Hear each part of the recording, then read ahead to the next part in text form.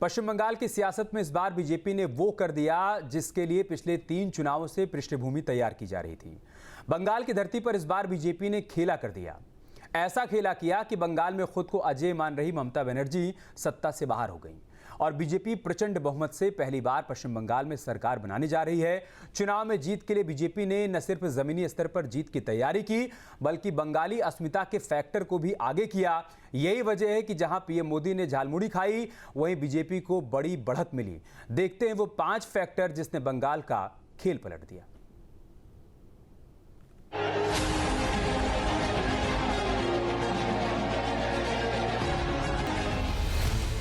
PM Modi का झालमुड़ी वाला जादू, मछली भात से बीजेपी का सांस्कृतिक संदेश, बीजेपी की जमीनी रणनीति का कमाल, बंगाल में पलट गया सियासी हाल। बंगाल में जीत के इस जश्न का बीजेपी को वर्षों से इंतजार था। बंगाल को भगवा रंग में रंगने के लिए बीजेपी कई सालों से बेताब थी।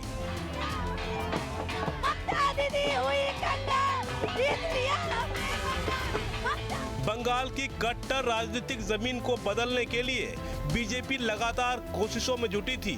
आखिरकार वो दिन आ गया जब बंगाल से लेकर दिल्ली तक बीजेपी जश्न मना रही है। जीत के इस जश्न में बंगाल की पहचान झालमुड़ी और मछली भात से लेकर मां काली की महिमा और महिला सुरक्षा का वादा भी सुर्खियों में है। झालमुड़ी बंगाल की परंपरा में शामिल है। हर गरीब अमीर वर्ग के लोग इसे चाव से खाते हैं। बीजेपी ने झालमुड़ी को भी चुनाव प्रचार के केंद्र में पहुंचा दिया। जब पीएम मोदी झाड़ग्राम में एक दुकान पर झालमुड़ी खरीदने पहुंच गए, एक साधारण दुकान पर पीएम का पहुंचना दिल को छू गया। और जब चुनाव परिणाम आए तो झाड़ग्राम और वहां की 4 सीटों पर बीजेपी ने शुरुआती बढ़त ले ली। बीजेपी ने झाड़ग्राम, बिनपुर, गोपी वल्लभपुर और नया ग्राम में शुरुआती बढ़त ले ली। लिहाजा बीजेपी की इस जीत के कई अलग अलग फैक्टर बताए जा रहे हैं। उसमें झालमुड़ी से लेकर मछली भात का भी बड़ा रोल है।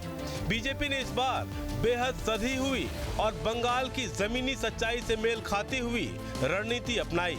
बीजेपी ने इस बार ममता को हराने के लिए 5 बड़े फैक्टर्स पर काम किया, जिसने बीजेपी की जीत में बड़ी भूमिका निभाई। मछली भात की राजनीति को बनाया मुद्दा। मछली भात के जरिए बीजेपी ने बंगाल की थाली को ही अपना हथियार बना लिया। ममता बनर्जी ने चुनाव प्रचार में आरोप लगाया कि अगर बीजेपी सत्ता में आई तो मछली और चावल खाने वाले बंगाली की पहचान खत्म कर देगी और शाकाहारी संस्कृति थोप देगी। बीजेपी ने इस हमले को बंगाल की शाक्त परंपरा से जोड़कर काउंटर किया, जहां मछली को महाप्रसाद का दर्जा दिया जाता है। मछली भात पर सियासत की बात करें तो टीएमसी संस्कृति खतरे में बता रही थी, तो बीजेपी ने मछली भी हमारी और संस्कृति भी हमारी का संदेश दिया। नेताओं ने मछली भात खाकर सांस्कृतिक संदेश दिया। अनुराग ठाकुर जैसे बीजेपी के बड़े नेताओं ने सार्वजनिक रूप से मछली चावल खाकर ये संदेश दिया कि बीजेपी का हिंदुत्व बंगाल की थाली और संस्कृति के बिल्कुल अनुकूल है और ये हर बंगाली का अधिकार है, चाहे वो किसी भी पार्टी को वोट दे। काबा बनाम मां काली का सांस्कृतिक नैरेटिव। बीजेपी ने चुनाव को सांस्कृतिक पहचान की लड़ाई में बदल दिया और जय श्री राम को जय मां काली से जोड़कर लोकल टच दिया। टीएमसी सांसद सयानी घोष के मुस्लिम बहुल इलाकों में मेरे दिल में है काबा और मेरी आंखों में मदीना गीत गाने का वीडियो वायरल हुआ। अमित शाह और योगी आदित्यनाथ जैसे नेताओं ने इसे काली बनाम काबा की सीधी लड़ाई में बदल दिया।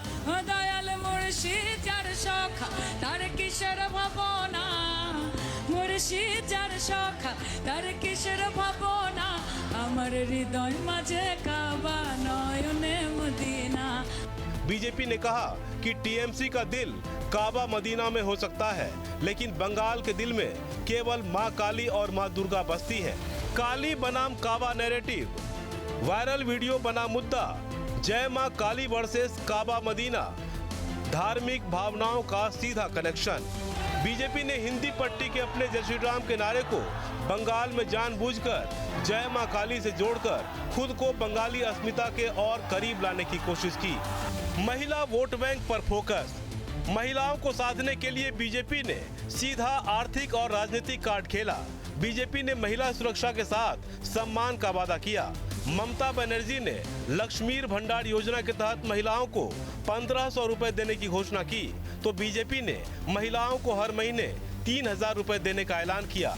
चुनाव से ठीक पहले केंद्र सरकार ने संसद का विशेष सत्र बुलाकर महिला आरक्षण को जल्द लागू करने के लिए संसद में बिल पेश किया।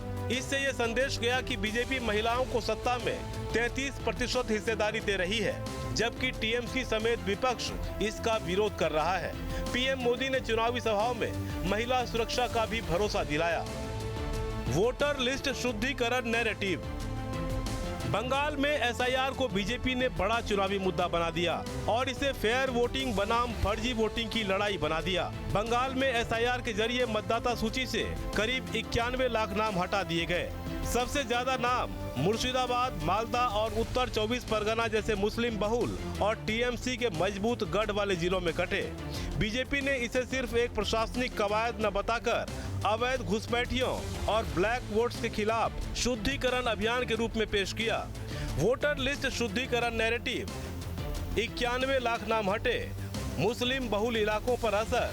बीजेपी ने घुसपैठियों पर कार्रवाई का दिया भरोसा।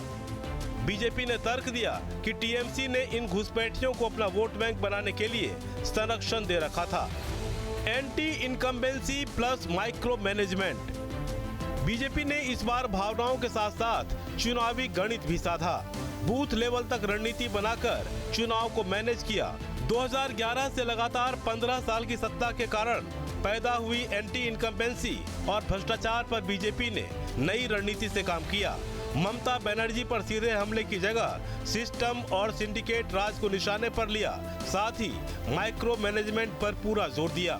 अमित शाह ने 15 दिन बंगाल में कैंप कर 3AM ब्लूप्रिंट के तहत सभी 80,779 बूथों का डेटा विश्लेषण किया और पन्ना प्रमुख प्रणाली लागू की।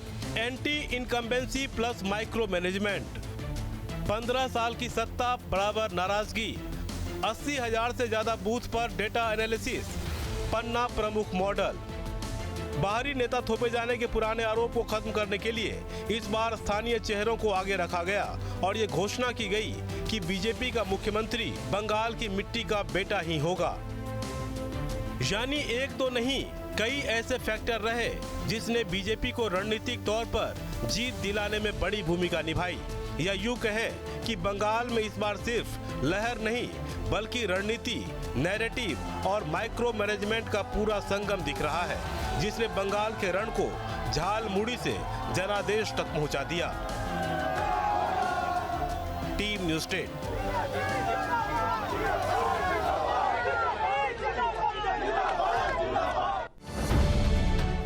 अब से डीडी फ्री डिश की चैनल नंबर 57 पर देखिए न्यूज़ नेशन।